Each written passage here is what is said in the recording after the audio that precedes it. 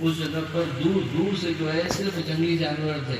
जो लोग पुराने हैं वो इस बात को अच्छी तरह से जानते हैं कि शाम के 5 बजे के बाद आप हरिद्वार पहुँचिए तो आपको शांति कुंज जाने के लिए ऑटो रिक्शा नहीं मिलते। और उस समय पूज्य गुरुदेव ने विदाई का संदेश दिया मथुरा का, और गुरुदेव सीधे हिमालय चले गए। वो शांति कुंज किसने संभाला? वो शांति कुंज जहाँ हम लोग जाते हैं, अपने आप को सुरक्षित पाते हैं, अपने आप को भावनात्मक आध्यात्मिक दृष्टि से समृद्ध पाते हैं। आज उस शांति कुंज के अंदर 25,000 लोगों के रहने की व्यवस्था है। वो शांति कुंज किसके संकल्प से शुरू हुआ? वंदनीय माता जी के संकल्प से शुरू हुआ।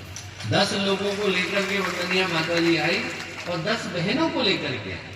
10 की 10 बहनें थी और 10 बहनों को लेकर के उस शांति कुंज में आई जहाँ पर आपको आस पास कहीं चले जाइए तो हाथी और जंगली शेर के अलावा कुछ देखने को नहीं मिलता था। हम लोग छोटे थे, शांति कुंज से ब्रह्मप्रदेश जाते थे तो थोड़ी सी दूर की यात्रा है, 400 मीटर 500 मीटर की यात्रा। उस 500 मीटर में लगभग गारंटी थी कि भी शाम को 5 बजे के बाद आप निकलेंगे तो हाथी आपको अवश्य मिलेगा। ऐसी स्थिति के अंदर वंदनीय माता जी आई, शांति कुंज को स्थापित किया, करोड़ों गायत्री परिजनों की आस्था का, श्रद्धा का, समर्पण का केंद्र बना करके विकसित किया। उनके अकेले के संकल्प की कहानी।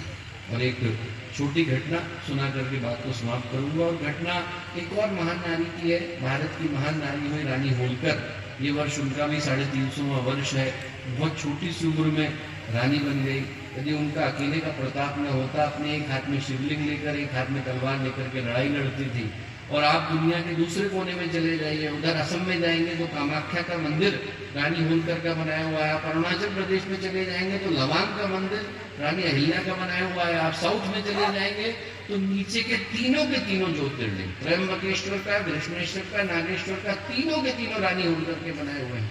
अकेली महिला जिन्हें सोमनाथ के मंदिर का उद्धार कराया और पूरे के पूरे भारत को अपने पराक्रम के बूते पर एक छत्र साम्राज्य के अंदर प्रतिष्ठित किया। अंग्रेज उनसे घबराया करते थे। वो महिला जिनने अकेले अपने पराक्रम से पूरे भारत को एक जैसा किया।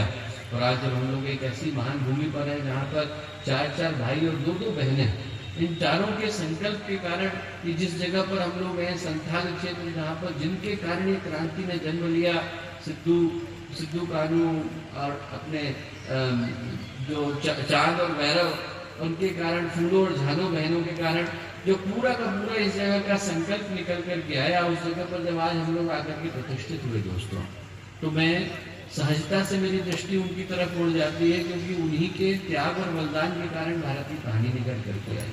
उनका बड़ा मन था कि वो गीता को पढ़े।